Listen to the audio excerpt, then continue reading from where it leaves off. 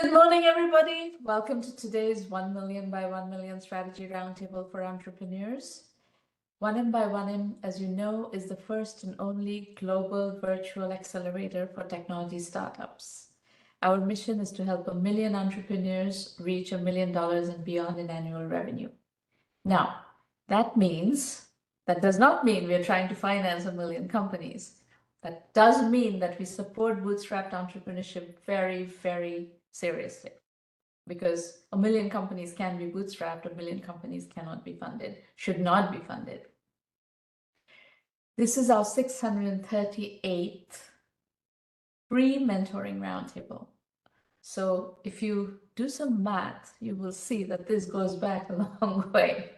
We started in 2008 with an experiment of doing online mentoring that was successful. We launched 1M in its current full-fledged format almost in 2010, and ran more experiments to fine-tune the model.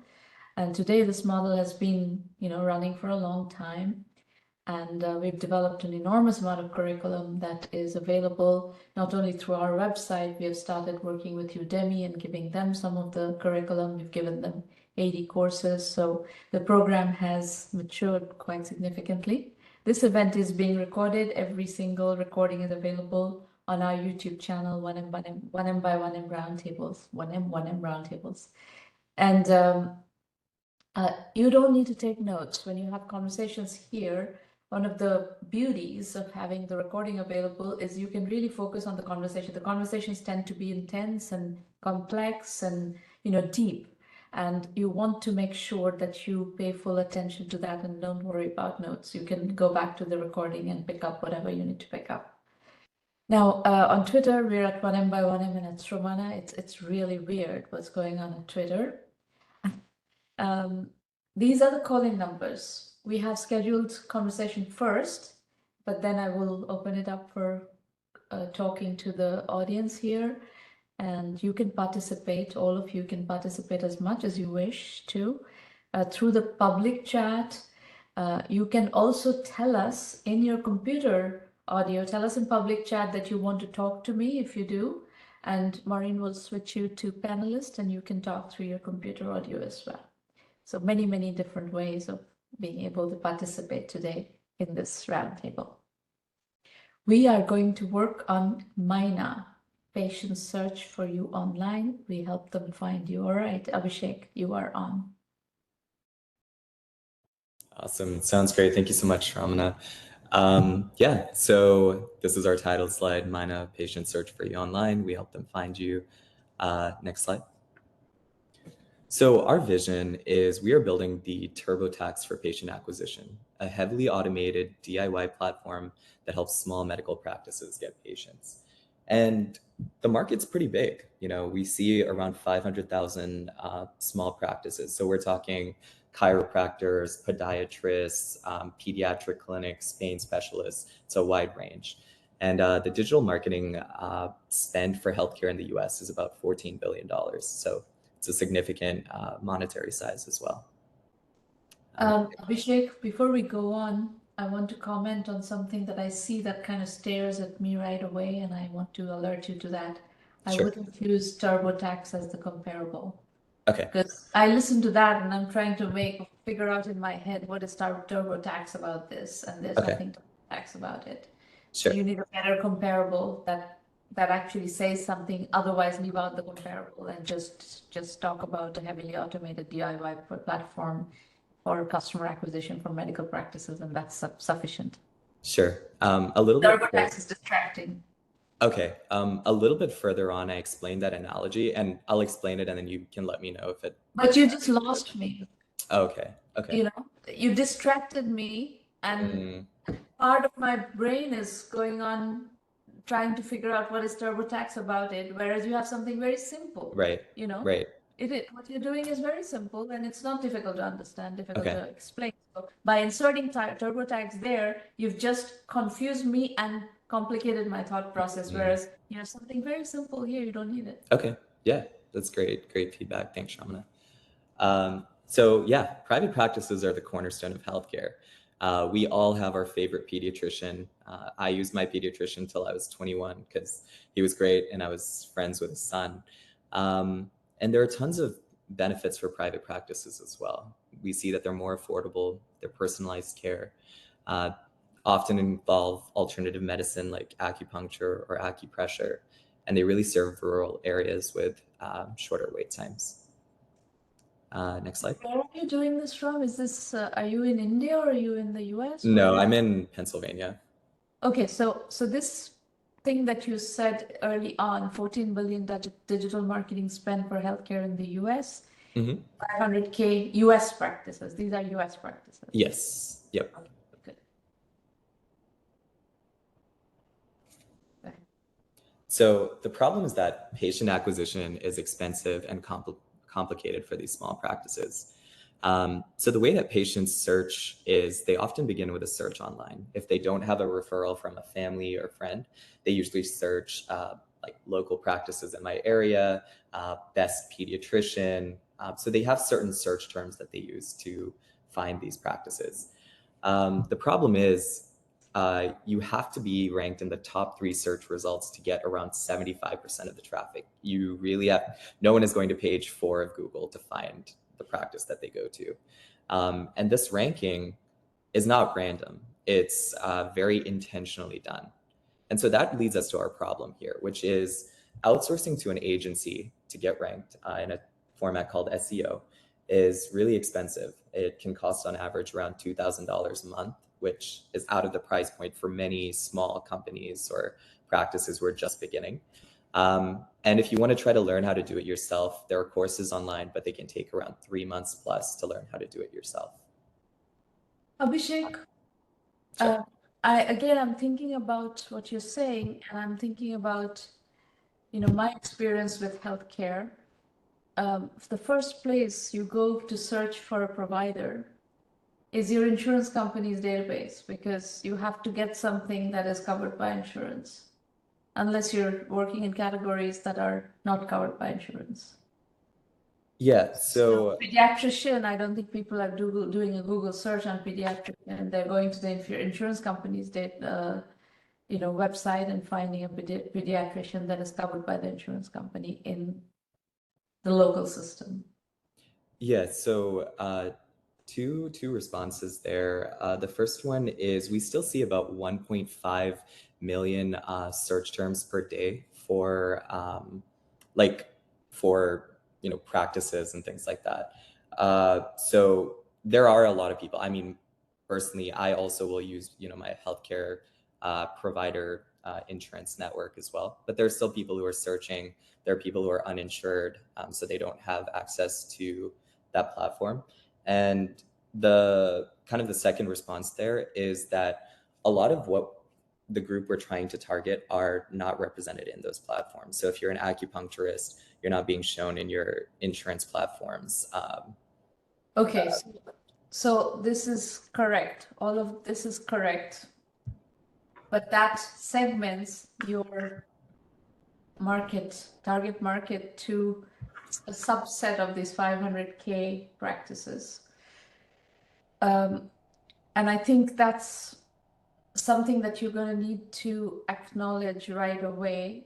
And I wouldn't lead with this problem slide, because I think if you have to do the segmentation first before you show the problem, because otherwise the bulk of the people who are looking for a private practice for anything other than these off insurance stuff are going to their insurance companies first. Sure. Okay. So if your target market is practices or disciplines that are not covered by insurance and people who are uninsured, that's a much smaller subset of this 500,000 practices. And Sure. And have you done the research on what that drops your target audience down to? Yeah, we haven't subsected it yet, so that's a good point. That you subsect. We'll do that. Yep, we'll do. Okay. Yeah. So the TurboTax comparison. So the reason we call it the TurboTax platform is because TurboTax took this really complicated concept like taxes, which previously you had to outsource to an agency or you had to outsource to an H&R Block or an accountant, and let you do it from home with easy to follow instructions that pretty much anyone can do. And that's what we do with SEO, is we take this really complicated concept of SEO that you previously had to outsource to an agency for thousands a month, and we break it down into easy to follow instructions personalized to your website that anyone can do. We make the instructions so easy, a fifth grader could do it. And that's how we want to keep it. So our platform is DIY, it's simple, it's affordable, and it saves time. So here in the flow, here at least you have a chance to explain this TurboTax analogy. Okay. I don't particularly like the TurboTax analogy, but at Okay. least here it makes a bit more sense, Okay. the way you presented it, but remove it from from that earlier slide. Yeah. Right. Okay, got it. So how does it work? So all you need is a website. You just need to enter your URL. The platform scans the website for issues that are on your site, technical SEO issues, content issues, whatever is preventing you from ranking high, and then provides you with easy to follow step-by-step instructions to make these fixes. And like I mentioned, these instructions are super simple to follow and include screenshots from your CMS platform. For example, if you're using WordPress, the instructions will show you, go to this top left corner of WordPress, click here, then move to this section, click here, make these edits here. So very simple to follow with no room for ambiguity. And then finally, our platform also pulls in your site's analytics into a clear dashboard so you can watch your progress improve as you're making these fixes. A lot of times with SEO, what we see is agencies that are a little vague about the progress and the impact that their work is actually having. And they say, well, yeah, we've really boosted your traffic by 30% this month. But what does that mean? Is it more clicks? Is it more time on page? People don't know. And so we wanted to fix that problem as well by pulling in your site's traffic analytics in a dashboard that shows you just how our platform is working and how much your traffic is improving. So our solution has the potential to help over 500,000 practices. And again, we'll subsect that, Shramana. But so we broke it down by our total available market, our serviceable available market, and our serviceable obtainable market. So the overall spend in the US is about 14 billion for US healthcare and digital marketing. And the market that we wanted to target was these practices, about 500,000. Again, these numbers are going to change. So at a cost of about $3,600 annually, using our pricing of $300 a month, that puts us at a $1.8 billion market. And we're hoping to capture around 2% of this market in the next 4 to 5 years. Your market is much, much, much smaller. And there are two issues with this slide. And I think I heard you say earlier, before we started the conversation, actually, that you intend to raise money. Yes. So in what time frame are you projecting that you want to capture $36 million of revenue? So we were aiming for around 4 to 5 years. We still need to do some solid calculations on that, but we have a general go-to-market strategy right now. So investors, professional investors, unless it's friends and family operates differently. Right. Professional investors are trying to invest in companies that go from $0 to $100 million in 5 to 7 years. Okay. So what you're showing here is a very small market opportunity that professional investors are going to reject. Okay. So it's perfectly fine for you to build this business as a bootstrap business. Just don't waste your time trying to raise money for it. Right. Okay. Would a friends and family round still be okay, or? Friends and family round is fine. Friends and family round, a lot of bootstrap businesses are built with friends and family. Right. And okay. That's perfectly fine. And there, you don't need this exorbitant TAM either. Right. If you build if you build $36 million of revenue, I'm not even saying 36 million of annual revenue. If you build $36 million worth of revenue in 5 years, 5 years, for a bootstrap business with a very small amount of friends and family financing, that's a very respectable situation. Right. And the other thing Right. that you will see is that once you tighten your segmentation and positioning, your position is a couple of different things. Your positioning is uninsured consumers is one segment that you can cater to. Okay. The other segment is providers that are not covered by insurance, the acupuncturists and the chiropractors and blah blah blah, massage therapists and so on. Right. So once you narrow it down, your total available market is going to go down significantly, very significantly. Your serviceable addressable market is going to, your total available market is actually where you start.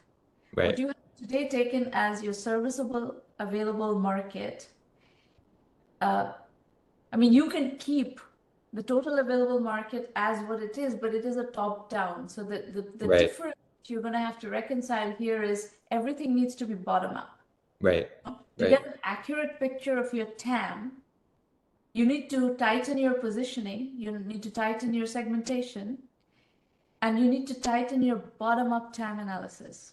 So the way to rework the slide is you figure out of the 500K private practices, which ones follow in the positioning that you are going for, which is uninsured and not covered by insurance. So that will probably drop your number of private practices to, I don't know, 100K. Right. Something like that, right? Sure. So 100K times 300, what is it? $300? What did you say? A month. Month. Yep. So $300 a month. So that's 3,600 a year times 100K is your TAM, not your service. That's your TAM. Okay. That's your bottom-up TAM. And then from there, you have to assume you're not going to get 100% of that market, but you can get more than 2% of that market. Once you tighten the segmentation, you should, I don't know what the competition is. The next question is going to be competition. Is anybody going after this market? And, but your goal should be to become the market leader of that tightened TAM. And then your serviceable market is not 2%. It should be in the range of, 15, 20, 30%. Right. So that's the way to readjust the TAM analysis, the positioning, and all of those, numbers, related numbers. Right. That makes a lot of sense. Thank you. So this is just a quick slide. This is our revenue model. We'll be charging a subscription-based fee. It's going to be about $300 a month. So this slide comes before your market size slide, because your market size, the bottom-up market size, is based on this assumption. Yes. Yep. Okay. So this is our competitive slide, and the key competitors we have in the space are agencies and fractional marketing software. So what I mean by fractional marketing software is there are digital marketing tools that help you do SEO. So this would be competitors like Ahrefs, which only do keyword searches, or Screaming Frog, which only do site audits. So these are tools that are meant for digital marketers and are not meant for small business owners. They're not easily accessible, not easy to understand, and you have to buy combinations of software to use them. So you need to buy Ahrefs, you need to buy Screaming Frog, and you have to learn how to use them in conjunction. This is not accessible for a small practice owner who doesn't know about digital marketing. And your alternative to that is agencies. And agencies, of course, come with a disadvantage of things like cost. You have to put them on retainer.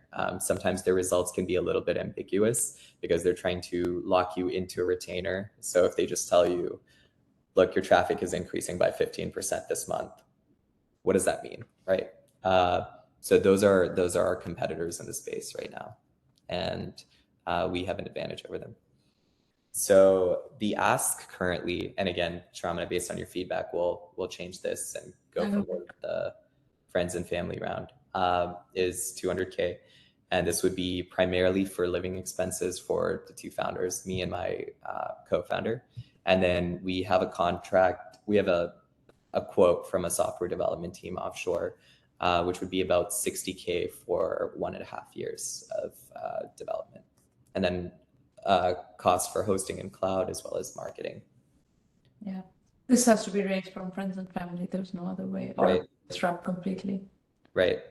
Yeah, and this is just us. We've known each other since we were 3 years old. Our families met in Singapore, and me and Melvin were the best of friends. And then I moved to the US in 2004 with my family, and when he moved here for college, we reconnected, and it's like that friendship just continued from where it was. That's wonderful. Yeah. That's wonderful. Just be aware of the fact that doing a business together puts a lot of stress on a relationship. And Yeah, no, definitely. develop the tools to establish ways of dealing with conflict and Yes. Yeah. And we actually moved in together for this whole year. So we've learned how to be roommates as well as friends, as well as business partners. And he's really went for it. We really went for it, and he's a great guy to work with. And he might actually be on this call. So, shout out Melvin. Yeah. So And so but this is an interesting slide, and it probably yes. should come sooner. Yeah. So actually, before we joined the accelerator that we were a part of, we were focused on small businesses. So SMBs, SEO agencies, and website builders, because anyone with a website can use our platform. But then the accelerator told us to focus in on a specific niche. And one of the mentors told us medical. But from our latest round of reviews, now mentors are telling us something different. They're like, look, doctors are not going to take the time to sit down and use your platform. They'll outsource to an agency. But the small business owner and the startups who can't afford agencies, those are the ones who would really use your platform because they're gritty, they're doing the work themselves. And obviously we wouldn't price it at $300 a month. It would be maybe $50 a month, but still a way more affordable option to agencies. So what you see on the screen here was before we joined the accelerator, we had kind of launched our software on LinkedIn just to get feedback from people. What do you think? Is this something you want? And we got amazing feedback. Feedback like, I, for one, am really excited for this. I would use this in literally every one of my endeavors. Because the problem when you're a small business or you're a startup is you need traction and you need to get noticed on search results to begin getting customers, especially if you're a software. But agencies are out of the price point for many of these early stage companies. And so we do have traction with our beta. We have a functional beta of our platform with 65 plus unique users. These are non-paying. We offered it for free to people just to give feedback on our software. Is there any validation for this medical focused strategy? We already agreed that the strategy is much narrower than patient. So now, is there any medical professional using this? So the only two who had said, I contacted 5, and the only 2 who said they would be able to use it were my old chiropractor and my massage therapist. My pediatrician's practice has been acquired by a larger company, which is kind of the trend we're seeing. And they have their own marketing and agencies for promotion. So that's kind of this is actually an older deck. This was our deck from a couple weeks ago, I think, when we applied, but now we've switched our focus to a different target market. So let me suggest a few things to look into. I'm not convinced by your positioning, period. Sure. I already told you why I'm not convinced by your broad medical positioning, and I kind of taught you how to do the sub-segmented, more, accurate positioning and TAM analysis, but that positioning is not validated. Right. So, and it's not clear to me that when you run a formal validation exercise on it, it's not clear to me that validation is going to come through. Now, there is something going on in the SEO space. From what I'm gathering, your core competency is SEO. Yes. Right? Yep. So now in the SEO space, at the moment, generative AI is playing havoc. Yep. Right? People are generating auto-generated content, ChatGPT generated content in huge numbers. The cost of content production has gone to zero almost. And they're loading up their websites with the websites and blogs with this content, this auto-generated content, and the internet is flooded Right. with this kind of content. Yes. So the question then is, what do you do? How do you, who is getting ranked in this scenario? Who is actually getting ranked? As a small business, can you get ranked? As a small business, you can generate 65,000 pieces of content using ChatGPT. You just kind of put it on a brute force mode and give it the keywords, and okay, you can generate the content. But I think my recommendation to you would be this pitch that you're making here is behind the times. The times have changed. Mm. So this positioning is not correct. Your core competency is SEO.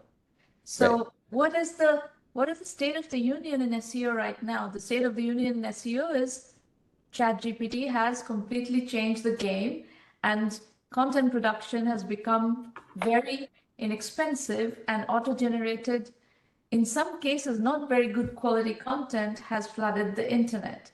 Definitely. So what is the tack that Google is taking vis-a-vis its ranking?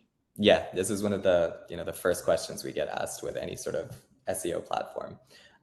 So the first thing is generative AI is actually going to be playing to our advantage here. In the case that we are using, we're going to be working on a custom model for generative AI to write the content. So SEO is broken into several pillars. There's technical SEO, there's content SEO, and there's backlinks. And you need kind of a mixture of all three in order to have a successful product.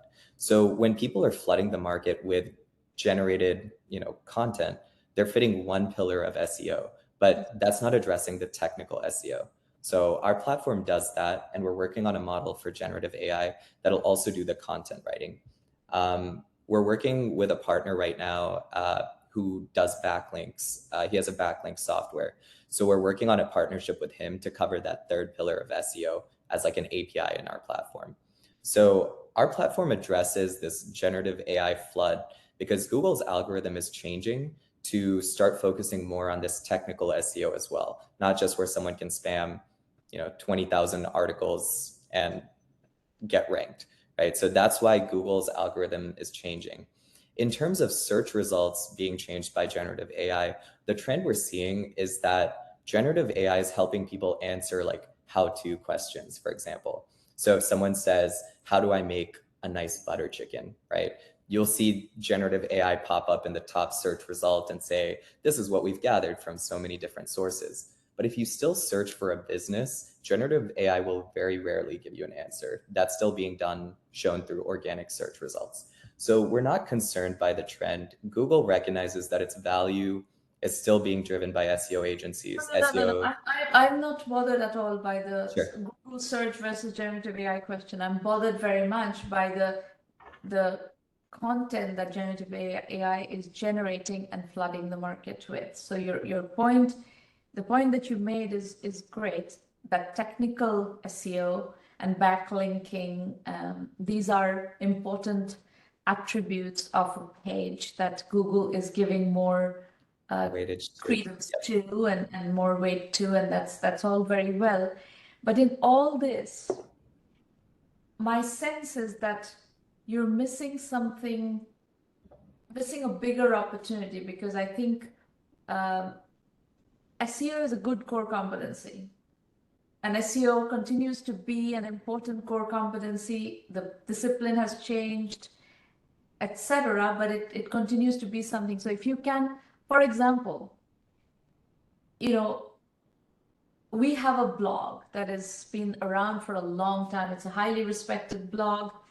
And if you have a product in the market that is reasonably priced, that we can kind of run on our blog, it's a WordPress blog, Mhm. And if you can give us a DIY tool that is reasonably priced with which we can really vastly improve our SEO ranking, Mhm.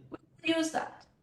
Right. And I think that is true about a lot of small businesses that are using content marketing as a strategy. And content marketing today is a very popular strategy, right? It's very, Right. very, very popular. Right. So, but you're competing then with players like HubSpot who charge a lot more. HubSpot plays Right. this game. HubSpot is a much more expensive. So if you want to, if you look at the positioning of Zoho, for instance, in the Right. early days, Zoho positioned against Salesforce.com as a, 1/5, 1/6 priced as a CRM tool. Right. So can you do the SEO bit at a, I don't know, 1/10 the price of HubSpot? I don't know what HubSpot is charging these days. I haven't looked. But look at, there are SEO tools out there. Of course. Yeah. And they are catering to, all sizes of businesses, enterprise, medium, mid-size, small businesses, etc. Look at the pricing model, and I think where you may find a better positioning is in that gap of very low priced SEO optimization tool. And then your Okay. market is much larger. Then you don't have to worry about this little market of uninsured medical practice, consumers who are looking for medical providers and all that. I think that positioning doesn't work. Right. Besides the mechanical problems with the sub-segmentation, which I pointed out to you, I think Right. if you run it through a validation process, that is not going to validate.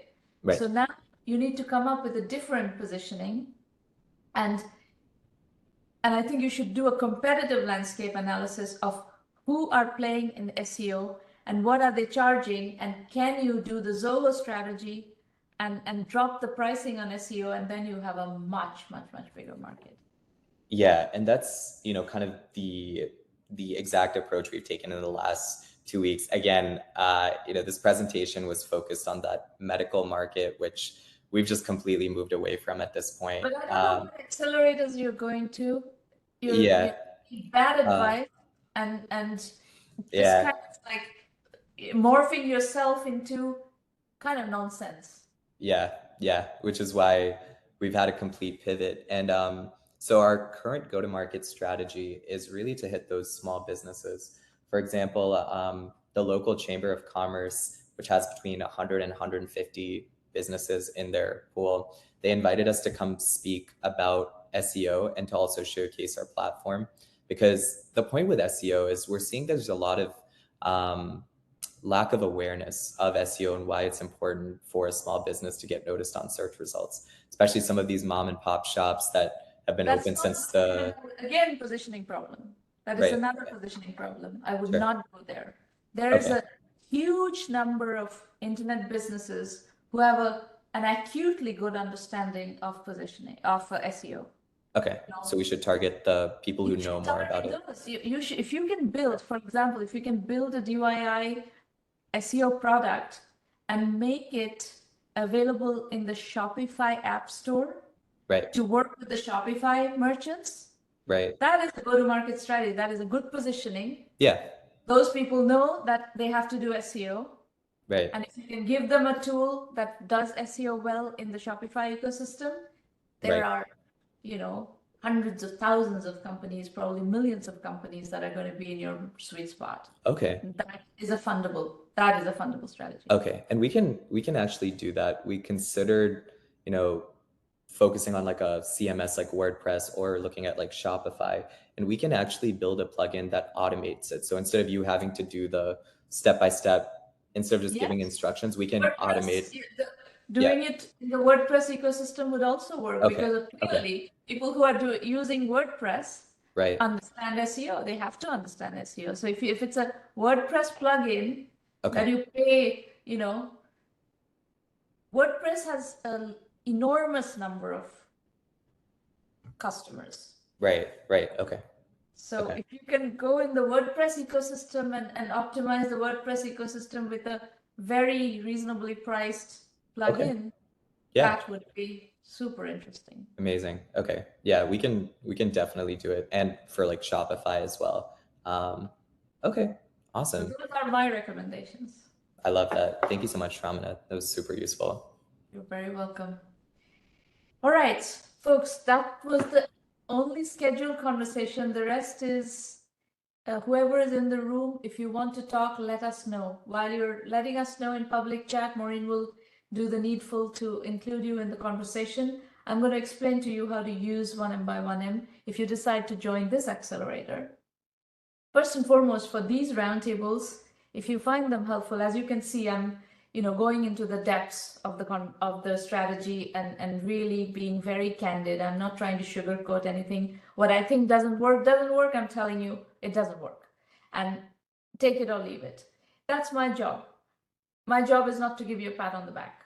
My job is to help you fix what's not working and remove the roadblocks that will stand on your way from growing and from becoming successful.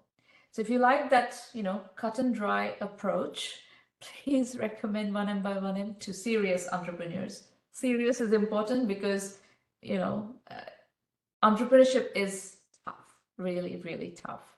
And you have to have the stamina and the mental resilience to travel this path.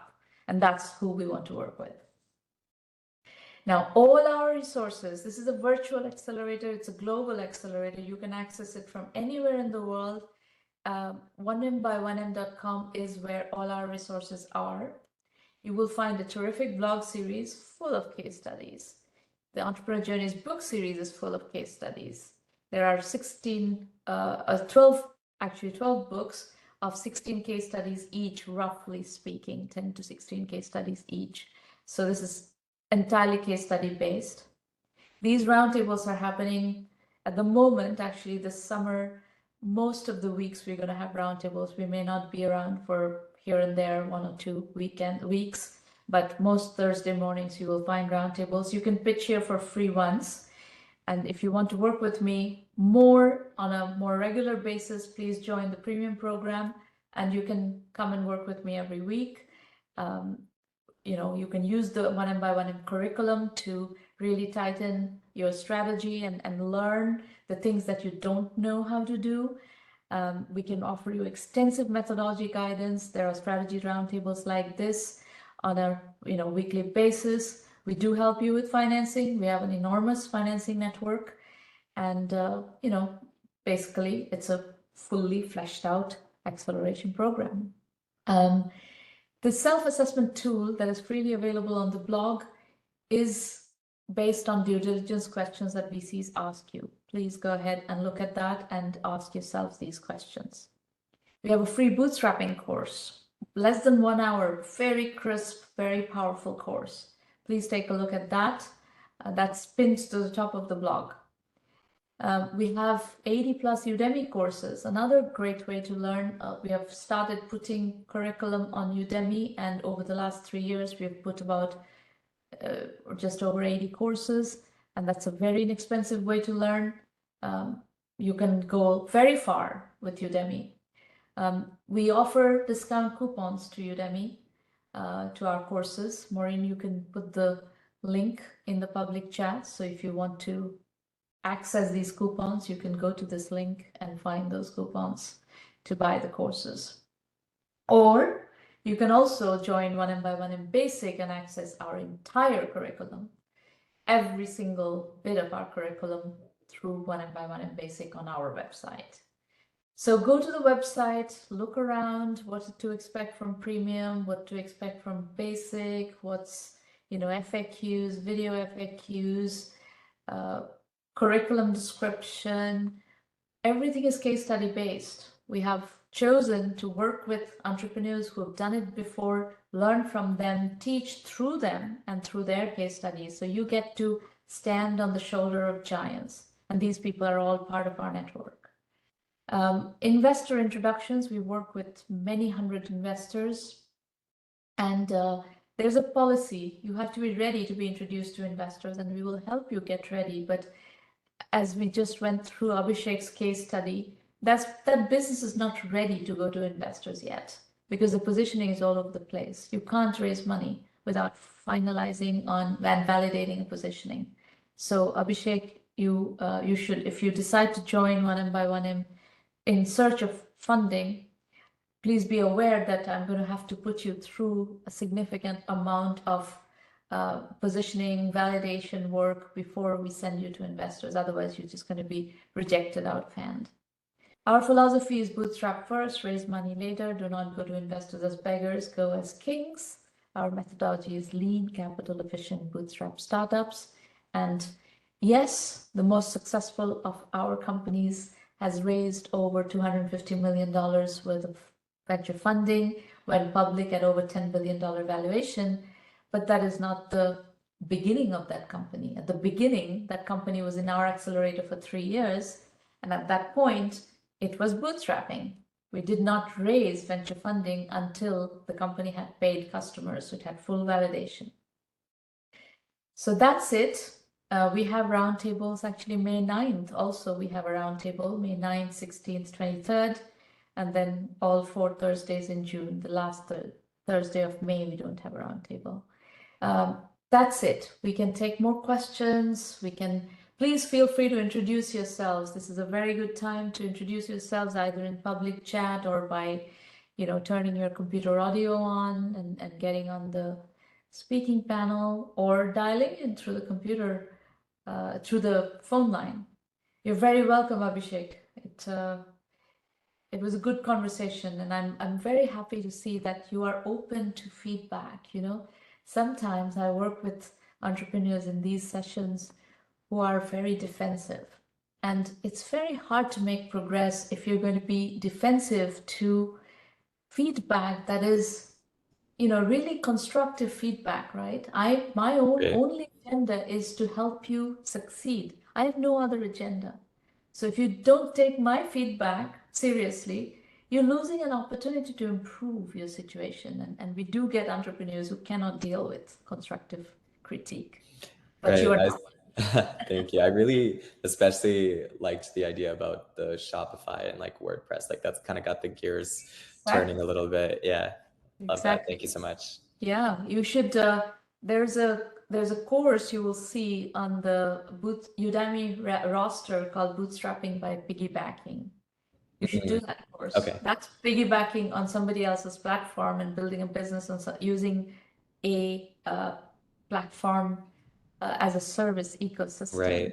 Right. And that bootstrapping as piggybacking is a strategy that we have extensively developed you can use that strategy and build on that strategy. Amazing. And we can give you tons of guidance on how to make that successful.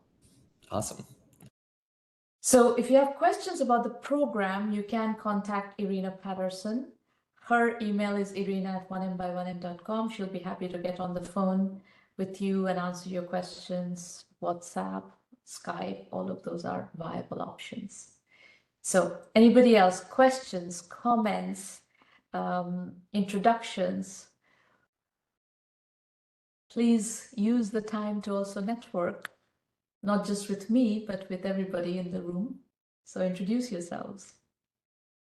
Yes, no, quiet group, shy group?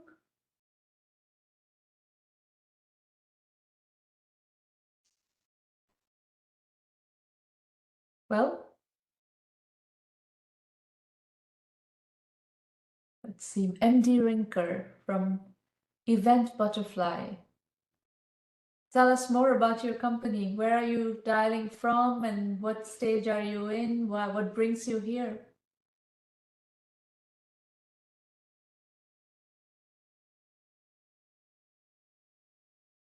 And anybody else, please do the same. Introduce yourselves, tell us who you are, where you're coming from, and so on.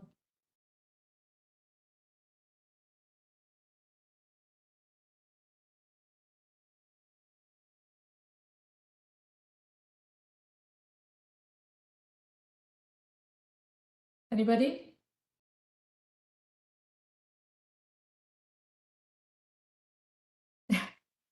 MD Rinker, understood. Your founder, CEO. Where are you joining? What part of the world are you joining from? Quiet group. What is the situation in your company that brings you here?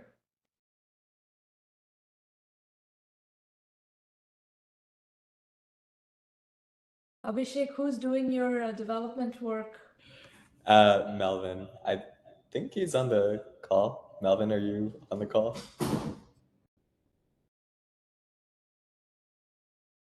Yes, Melvin is on the call. Yeah, great. Oh, nice. Melvin, do you want to say hi? Hi, Melvin.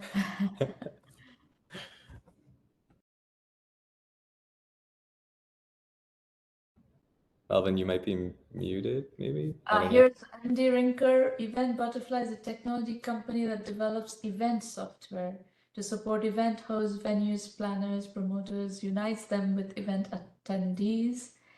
Okay. And how do you compete with Eventbrite, for example? Yeah, can you hear me?